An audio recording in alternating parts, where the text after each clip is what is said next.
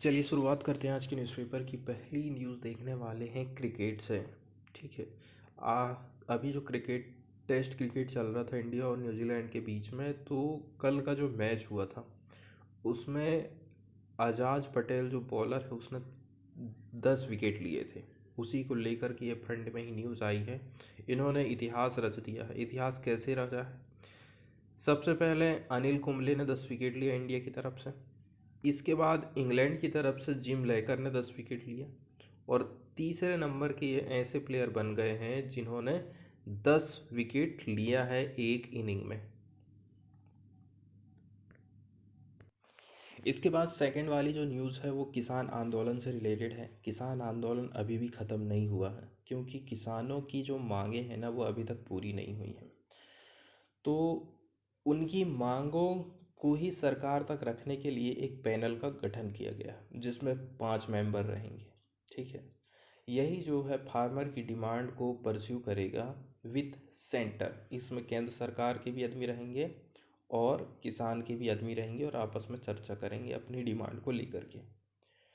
तो देखो, कृषि कानूनों को सरकार ने वापस तो ले लिया है, लेकिन जब सरकार से कहा गया कि आंदोलन के दौरान जो किसानों की डेथ हुई है उनको आप जो है मुआवजा दीजिए, तो सरकार इससे पीछे हट गई। सरकार का कहना है कि किसानों की मौत का डेटा हमारे पास में नहीं है, जबकि किसानों की तरफ से बताया जा रहा है the government has data of each and every death. सरकार के पास हर प्रत्येक डेथ का डाटा है।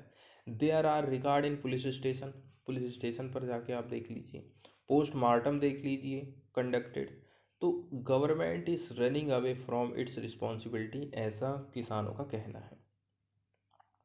किसानों की यदि हम डिमांड की बात करें तो कई किसानों के ऊपर ना केसेस लगाए गए थे। ठीक है। तो उन केसों को वापस लें। दूसरी बात, एमएसपी पर किसान गारंटी चाहते हैं। इसके अलावा यदि पराली जलाने पर जो बहुत ज़्यादा चार्ज लगाया जा रहा है 1 लाख रुपया के लगभग का, तो उसको भी ख़त्म करने वाली बात किसान कहते हैं। इसके अलावा इलेक्ट्रिसिटी बिल को लेकर भी उनकी कई सारी चिंताएं हैं।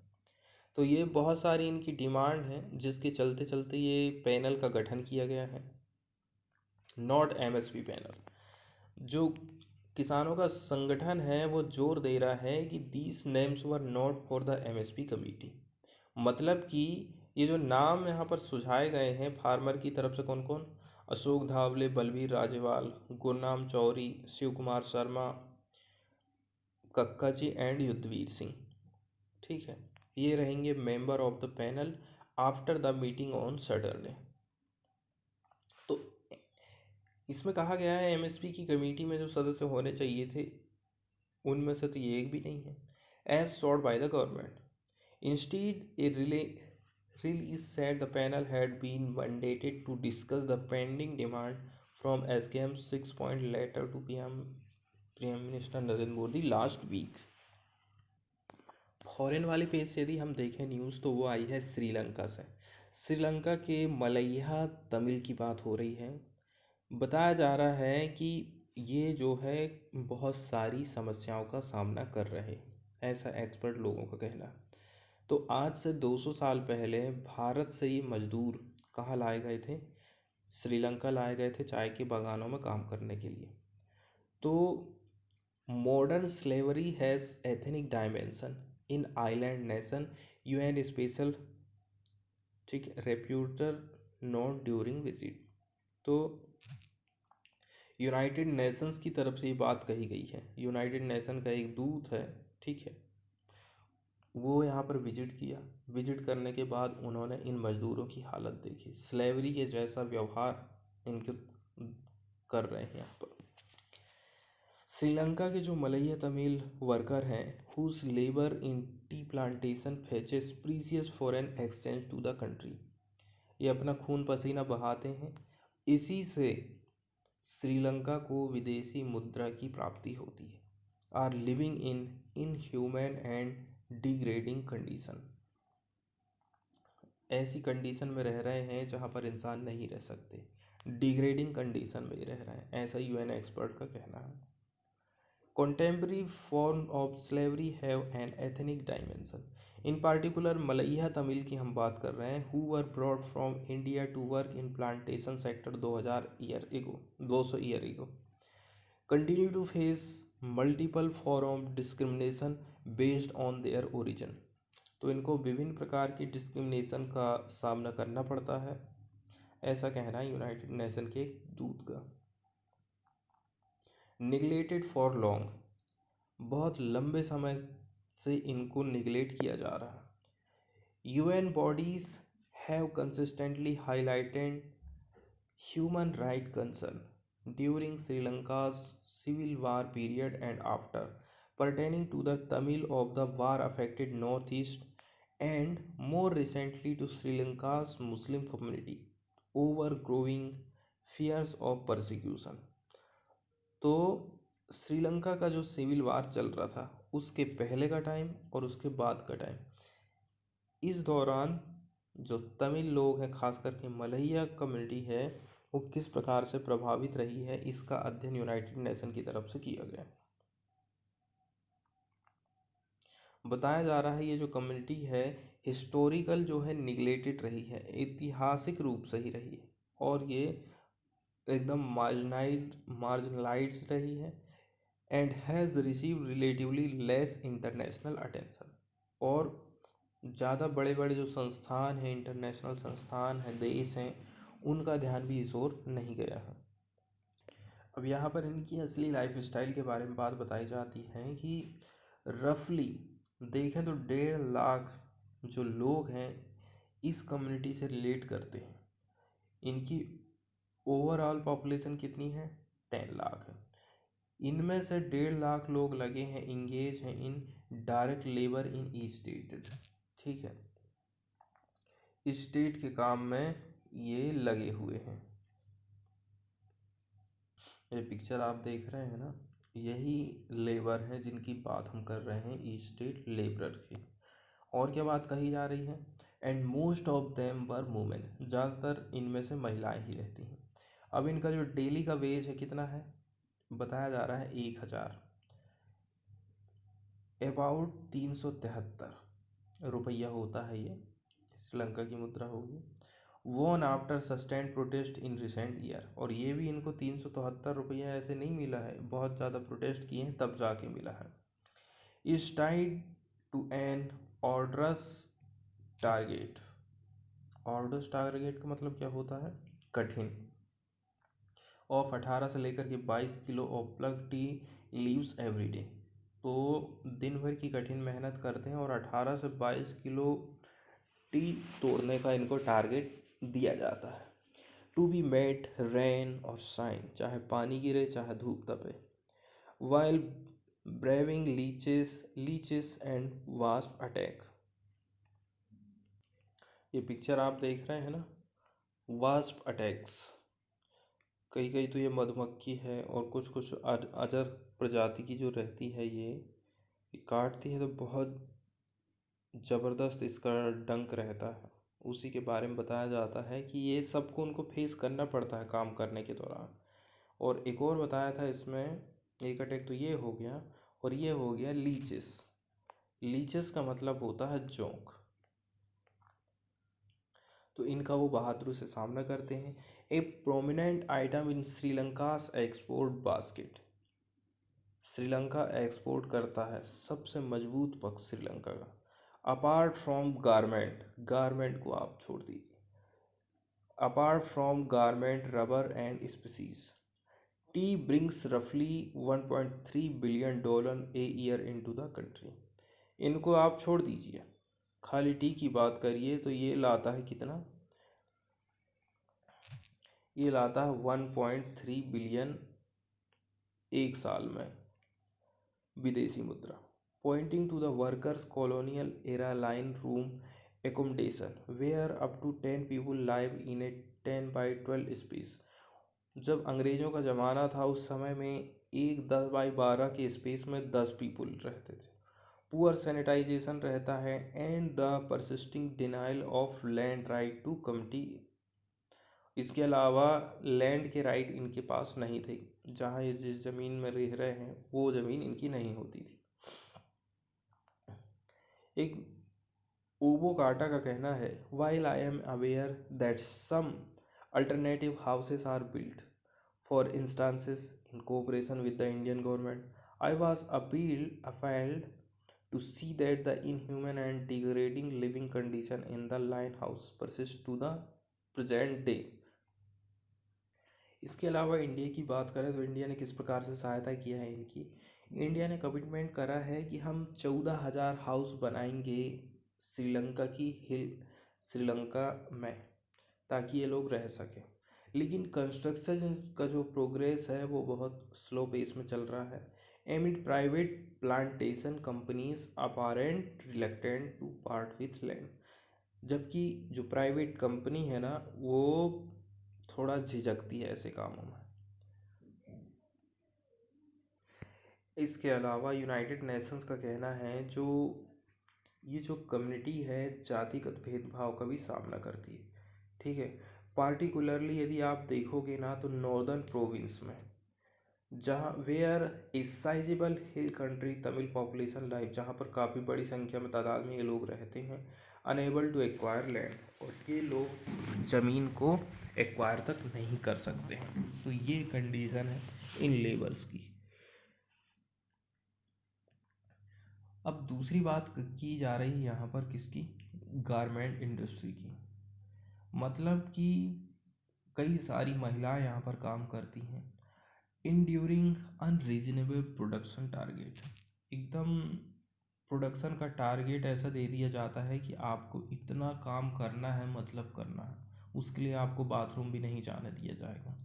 ये कंडीशन हो गई है। And poor wages in relation in the sky rocketing living cost in the country. तो इसके अलावा जिस हिसाब से यहाँ पर महंगाई है उस हिसाब से इनको मजदूरी नहीं मिलती है। श्रीलंका का जो गारमेंट वर्कर्स हैं इन्होंने प्रोटेस्ट किया है कईयों बार ड्यूरिंग द कोरोना काल against abrupt sacking of worker and demanding fair wages. अब बात करी जाती है डेब्ट के बर्डन की। The UN expert also spoke of the impact of predatory microfinance debt on Sri Lanka's rural women, including forcing children into labor to enable families to repay debt accumulated due to high interest rate from 30 से लेकर के 200% in the some cases. इतना तक उनको छोटे छोटे कामों के लिए ब्याज इनको लेना पड़ता है, उधार लेना पड़ता है, फिर इनके बच्चे को लेबरी में धकेलना पड़ता है इनको, ताकि इन्होंने जो कर्ज लिया है वो उतर जाए। Due to high interest rate of the loans many women fall into डेब्ट बॉन्डेज। इसी के बाद वो क्या है, डेब्ट में एकदम बंध जाती हैं, कर्ज में। This has led to suicide. अब महिला क्या करेगी, अब उसको सुसाइड करना पड़ेगा। ऐसी डेथें हमको देखने को मिली हैं 200 से भी ज़्यादा महिलाओं की पास्ट ईयर की यदि हम बात करें तो। President Gotabaya Rajapaksa in this campaign ahead of 2019 election, इनकी बात करी जाती है। इन्होंने प्रॉमिस करा था ensure relief of village women falling victim from unregulated micro finance scheme. तो कर्ज में जो फंस जाती है महिलाएं, इनको हम निकालेंगे, ऐसा इन्होंने कहा था गोटाबाया राजपक्षे ने। उनका जो मैनिफेस्टो था ना वो जब से अडॉप्टेड किया गया था as government policy framework, however affected women are still seeking relief. अभी भी महिलाओं को ज़रूरत है। इसके बाद वाली एक न्यूज़ हम देखने वाले हैं जो कि मधुमक्खियों से रिलेटेड है। पश्चिमी मधुमक्खियाँ, जिसको वेस्टर्न मधुमक्खी बीज कहा जाता है, तो इसी के बारे में ये खोजबीन की गई है। ये खोजबीन है यार्क यूनिवर्सिटी के लीडरशिप में। इन्होंने जो खोज करी उससे ये पता चला कि शहद बनाने वाली मधुमक्खी, पैदा करने वाली मधुमक्खी की एक प्रजाति है जिसको वेस्टर्न बीज कहते हैं, पश्चिमी शहद मधुमक्खी एपिस मेलिफेरा। इसकी उत्पत्ति एशिया में हुई थी, जो दसों साल से गर्मा गर्म बहस का कारण है। कुछ समय पहले तक ये माना जाता था कि ये इन मधुमक्खियों की उत्पत्ति अफ्रीका में हुई थी। साइंस एडवांस में ये पाया गया है कि ये इस टाइप की जो मधुमक्खियाँ हैं एशिया से एकदम स्वतंत्र रूप से अफ्रीका और यूरोप में फैल गई और 7 अलग अलग भौगोलिक और आनुवंशिक रूप से अलग अलग विकासवादी वंश पैदा कर रही हैं। अलग अलग फैली, फिर वहीं से इन्होंने अपने बच्चों को जन्म दिया जो पश्चिमी एशिया में वापस आने योग्य थे, ऐसा इनका कहना है। अब ये जो काम है ना, इसमें इनको हेल्प किसने दिया, कैसे हेल्प हुई इनकी? शोध की जो टीम थी, इन्होंने क्या काम करा, मधुमक्खी की मूल श्रेणी से 18 उप प्रजाति से 251 जीनोम को इन्होंने अनुक्रमित कर लिया और मधुमक्खियों के फैलाव की उत्पत्ति और पैटर्न का पुनर्निर्माण किया। ये इसका एक कहना चाहिए बेस है और इसमें पश्चिमी एशिया को ज़्यादा समर्थन मिला है, सपोर्ट मिला। तो अब लोग समझ गए कि ये जो मधुमक्खियां हैं कहाँ से निकली हैं, मेन सोर्स इनका कहाँ है, एशिया है। इसके अलावा बताया जाता है कि मधुमक्खी के जीनोम में मधुमक्खी जीनोम में 12,000 से अधिक जीन होते हैं। उनमें से केवल 145 में आज पाए जाने वाले सब प्रमुख मक्खी के जो वंश है ना, उनके गठन से जुड़े हुए अनुकूल माने जाते हैं। इसके अलावा मधुमक्खियों के अनुक्रम में अलग अलग प्रजाति की भी कुछ जो है खोज हुई है, एक मिस्र में और दूसरी मेडागास्कर में। ये अध्ययन किया गया, इससे आखिर बात क्या पता चली? इससे बात पता चलती है कि कोई मधुमक्खी किसी पार्टिकुलर एरिया में रह रही है तो उस टाइप की जलवायु उसके लिए अनुकूल है। वैसी ही जलवायु यदि हम अपने इधर के एरिया में रखें तो हम उस प्रकार की मधुमक्खी का पालन कर सकते हैं। पश्चिमी मधुमक्खी का यूज़ दुनिया भर में फसल परागण और शहद उत्पादन के लिए किया जाता है और उष्णकटिबंधीय वर्षा वन से लेकर के शुष्क वातावरण तक ठंडे सर्दी वाले समशीतोष्ण क्षेत्रों में बड़े पैमाने पर कई सारे वातावरणों में जीवित रहने की इनकी क्षमता रहती है। ये अफ्रीका, यूरोप और एशिया के मूल निवासी माने जाते हैं। तो ये तो थी हमारी मधुमक्खी से रिलेटेड, जो कि हम बात कर रहे हैं पार्टिकुलर वेस्टर्न बीज की। इसके बाद हम बात करने वाले हैं अंटार्कटिका के फरसील के बारे में। बताया जा रहा है कि इनकी जो जेंडर रूप से जनसंख्या को देखें तो उनमें कम ज़्यादा कैसा हो रहा है, ठीक है। तो बताया जाता है कि महिलाएं मेल किधर चले जा रहे हैं, डायरेक्शन अलग हो जा रही, फीमेल की डायरेक्शन अलग हो जा रही है। मतलब जब मेल फीमेल का जो अनुपात है वो सही नहीं हो पा रहा है, इसी के चलते चलते इनकी जो जनसंख्या है ना, उनमें गिरावट देखने को मिल रही है। बहुत सारे रीजन हो सकते हैं जिनके कारण ये लोग अलग अलग हो जाते हैं, जैसे कि उनको भोजन की तलाश के चक्कर में वो निकल जाते होंगे, या फिर तो पार्टिकुलर टेम्परेचर जलवायु वाले एरिया की तरफ निकल जाते होंगे। ऐसे कई सारे रीजन हैं जो कि इनकी जनसंख्या को घटने के लिए जिम्मेदार माने जाते हैं। तो अंटार्कटिका की फरसील के बारे में बात कर रहे हैं, वो डिक्रीज हो रही है। कई सारे एफर्ट किए गए ताकि ये लोग जो है रिवाइव कर सकें। आफ्टर मेटिंग सीजन हम बात कर रहे हैं winter, the female seal move toward warmer zone. अब मेटिंग के बाद फीमेल चले जाती है किधर, वार्मर जोन की तरफ, जबकि जो मेल रहते हैं ना, stay put in the Arctic, ये आर्कटिक अंटार्कटिका की तरफ चल जाते हैं। एक स्टडी है जो कि पब्लिश की गई थी साइंटिफिक रिपोर्ट में, documents an interesting coincidence of the movement of, coincidence शब्द आया है, मतलब होता है संयोग, krill toward the north as do the male seal.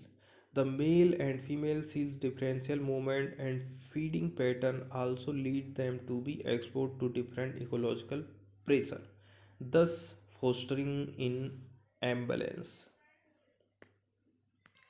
इसके बाद साइंस की एक और न्यूज़ आई है जो कि अर्थ के डायनमो से रिलेटेड है। अर्थ का डायनमो मतलब कि वाइंड से चलने वाला इलेक्ट्रिकल जनरेटर, जो कि फैला हुआ है कहाँ पर, space up to nearly 100 kilometre above earth surface. हमारी धरती की सरफेस से आप जाओगे कितना, लगभग 100 किलोमीटर। तो यहाँ पर हमें एक वाइंड ड्रिवन इलेक्ट्रिकल जनरेटर जैसा देखने को मिलेगा। उसी के बारे में ये न्यूज़ आई है। Now using observation from NASA का आइकन मिशन, आज नासा का आइकन मिशन बोल रहा है, साइंटिस्ट ने एक्चुअली रूप से इसका मेजरमेंट कर लिया। उन्होंने ये पाया है कि जो जो डायनामो है वो तेज़ी के साथ में हिलाता है धूल मिट्टी इत्यादि को इन द आयनोस्फीयर, ठीक है, और it is powered by tidal wind. ये किसके द्वारा होता है? इस पावर मिलती है टाइडल वाइंड्स के माध्यम से, जो कि फास्टर रहती है साइक्लोन से भी। The study publish in nature geoscience can help us better understand space weather. Space का मौसम कैसा रहता है उसको हम इस घटना के द्वारा समझ सकते हैं।